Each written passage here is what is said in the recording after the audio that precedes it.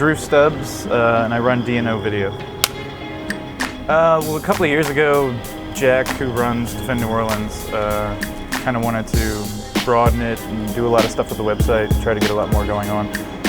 So over the past few years, it's just been throwing a lot of events, doing the videos, helping out a lot of charities, and just doing all kinds of different stuff. We started off just doing a lot of interviews with bands that were coming into town and bands that were in town. And then we kind of started to diversify and do different videos. I think the biggest jump off that we had was whenever we gave Jude Matthews a camera. And we kind of just told him to take the camera everywhere that he went and film whatever he wanted. So yeah, he came back with a lot of really interesting stuff. And there was really no rule for how to edit that. We just kind of threw it together in whatever way it made sense. And a lot of it doesn't make sense, but I think it's got like this nice vibe to it. And yeah, and then I met Miss Pussycat, started doing videos with her, and she wanted to be a correspondent. And so a lot of her videos are just whatever she had ideas of things that she wanted to do. Like, I think we interviewed a puppeteer, which is something that I would never think to do, but something that she was really interested in. So yeah, it's only on the internet. We made a couple of DVDs and we gave them away, but we've never sold it or anything like that. It's always just been free on the internet. It's been pretty good for the most part. And it's weird that different people are really big fans of different types of videos on there. So like the Jude videos, some people love those and other people think they're unwatchable.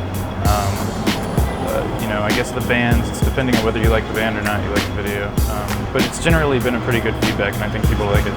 I mean, there's been a bit of a hiatus. I moved to DC for like half a year, and so that put a big slowdown on it, and there have been a couple of them since then, but and we have a lot backlogged that we haven't made yet. So we've got like the buttons, we did a video on them, Dan Deacon and Stephen Collier, and those should be coming up at some point. I'm not exactly sure when. We've also been working on longer form stuff.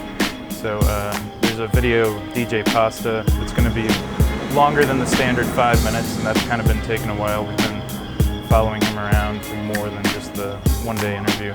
And then we're also trying to make a feature-length version of the Jude film. So taking all of the video footage that he has and then all of this other footage from when he was growing up, but basically doing the same concept but in a 90-minute version. So I'm not really sure if it's going to work or not, but that's the idea. Well, we kind of had this idea in the beginning, Jack and I, to have this style that was really low grade and a lot of jump cuts, staticky and quick cuts. And so I think we've just kind of been developing that style a little bit more, and it's becoming more of a branded video, and you can especially tell the difference between the videos that are Jude or Miss Pussycat or just an interview with somebody without a correspondent. Well, certainly, I mean, I don't think it would have been possible without the technology that we have now, because it is so, for editing, it's so easy to just do it, in my room. Cameras especially too. Whenever we started, Jack just bought the cheapest camera that we could get, and it was like $300 or something. And if we hadn't been able to do that, we probably wouldn't have started doing it. And with Jude's stuff, he just uses a little flip camera that he takes around with him. So, that's something that's come about in the last year or so. So definitely technology is something that we're trying to utilize and stuff that we're doing. Yeah, we've kind of got two separate websites for them right now, for the video and the shirts and stuff. I think we're trying to integrate that a lot more, and we, I think the goal is to basically just keep on trying to do what we've been doing, but to increase it and take it to a larger level. Like trying to do the longer pieces with the videos. Jack's been coming out with a lot more shirts, been sponsoring a lot more events around town and stuff like that. So yeah, I think we're going to keep developing along the same lines, but just make it bigger and better.